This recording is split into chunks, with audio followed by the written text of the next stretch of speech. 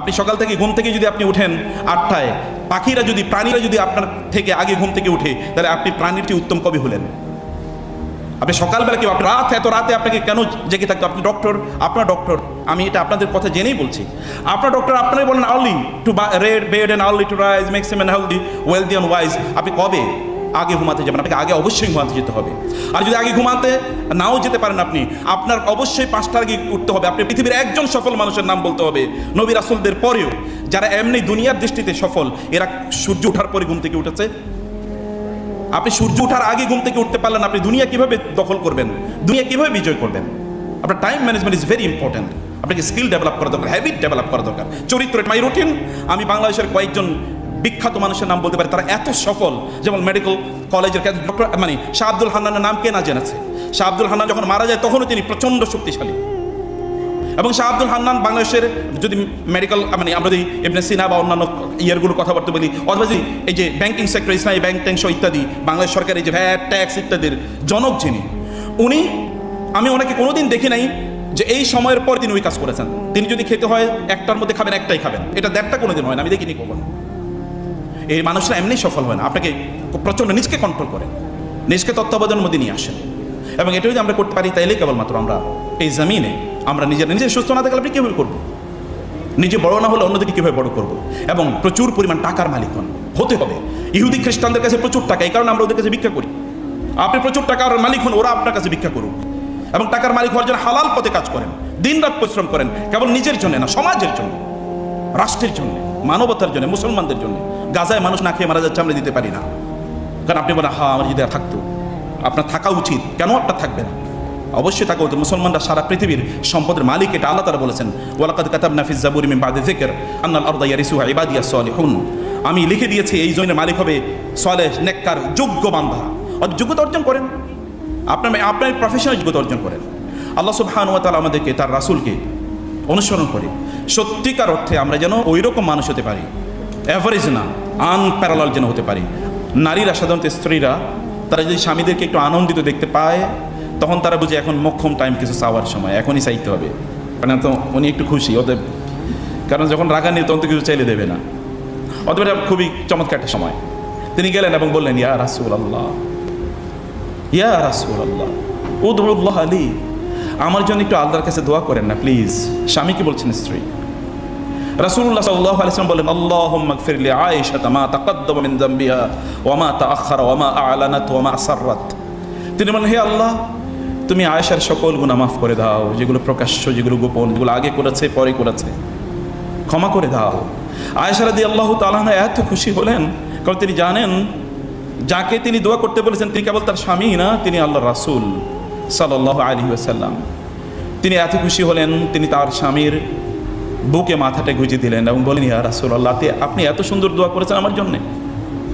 আয়েশা রাদিয়াল্লাহু তাআলাকে রাসূল ইসলাম একটু আলতোভাবে আদর করে দিয়ে বলেন, আয়েশা, তুমি জানো, ওয়াল্লাহি ইন্নাহু লা দুআই লি উম্মতি ফি কুল্লি সালাতিন। আয়েশা, তোমাকে আরেকটা ইনফরমেশন দেই, তোমার জন্য আজকে আমি যে দোয়া করেছি, আমি প্রত্যেক নামাজে আমার উম্মতের জন্যই দোয়া করি।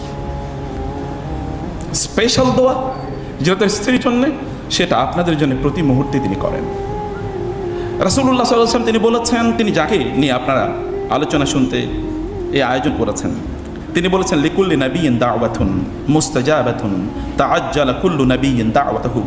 প্রত্যেক নবীর আল্লাহ তাআলা একটা চয়েস দিয়েছেন, আল্লাহ তাআলা প্রত্যেক নবীকে, যে তিনি যেই দোয়া করবেন এই দোয়া আল্লাহ তাআলা ইমিডিয়েটলি সাথে সাথে তা কবুল করে নেবেন। প্রত্যেক নবী সেই চয়েস তার অ্যাভেল করেছে দুনিয়া থাকতে। কিন্তু আমি, ওয়া ইন্নী ইখতাবাতু দাওয়াতি শাফাআতান লি উম্মতি ইয়াউমাল কিয়ামা, আমাকে যে আল্লাহ যেই চয়েসটা দিয়েছেন, এটা আমি আমার উম্মতের জন্য কিয়ামতের দিন রেখে দিয়েছি। সেই দিন আমি তাদের জন্য সুপারিশ করে এটা আমি ব্যয় করব। আমি এটাকে তীর হিসেবে রেখে দিয়েছি, আমি কিয়ামতের দিন এটাকে আমি ব্যয় করব। তিনি সেই ব্যক্তি যিনি কবর থেকে প্রথমে উঠবেন, আর কেউ উঠবে না। তিনি সেই ব্যক্তি যিনি অন্যরা বিবস্ত্র হয়ে উঠবে, কিন্তু তিনি বিবস্ত্র হয়ে উঠবেন না। তিনি সেই ব্যক্তি যেদিন লোকেরা কিয়ামতের দিন, তিনি তার লিওয়াউল হামদ, তার সামনে তার হাতেই কেবল একটা পতাকা থাকবে, কেবল তাকেই চেনা যাবে যে তিনি, সেখানেই লোক গিয়ে একত্রিত হবে, বিভিন্ন জায়গায় দৌড়ে যাবে। আদম আলাইহিস সালাম, নূহ আলাইহিস সালাম, ইব্রাহিম আলাইহিস সালাম, মুসা, ঈসা আলাইহিমুস সালাওয়াতু ওয়াস সালাম, যে আমার জন্য একটু দোয়া করুন, আল্লাহর কাছে বলুন, আল্লাহ যেন হিসাব নিকাশ শুরু করে কেউ কোনো কথা বলবে না, বলবে না আমরা আজকে কোনো কথা বলতে পারবো না, আজকে আমরা আজকে আতঙ্কিত।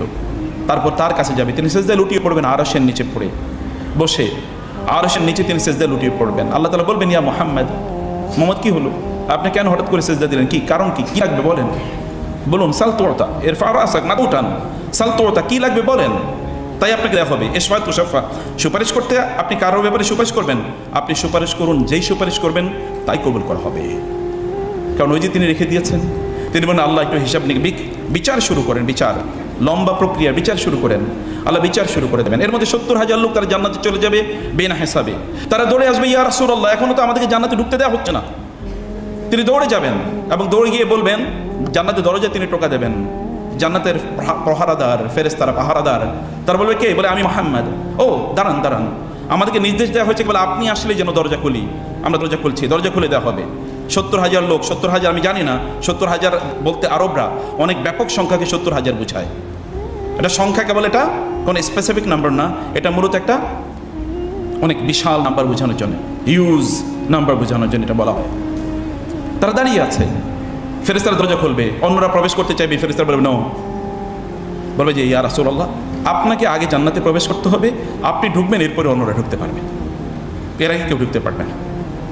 কিয়ামতের দিন আল্লাহ সুবহানাহু ওয়া তাআলা তাকেই কেবলমাত্র প্রথম পুলসিরাত পার হওয়ার সুযোগ করে দেবেন।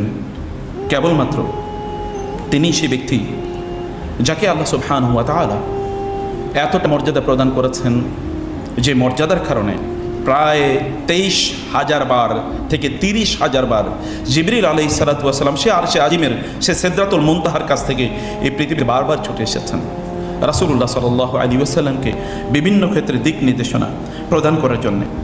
তিনি এমন একজন ব্যক্তি যাকে তার পরিবারের লোকেরা ইয়া রাসূলুল্লাহ ছাড়া বলে না। Every great man is a কমনার in his family.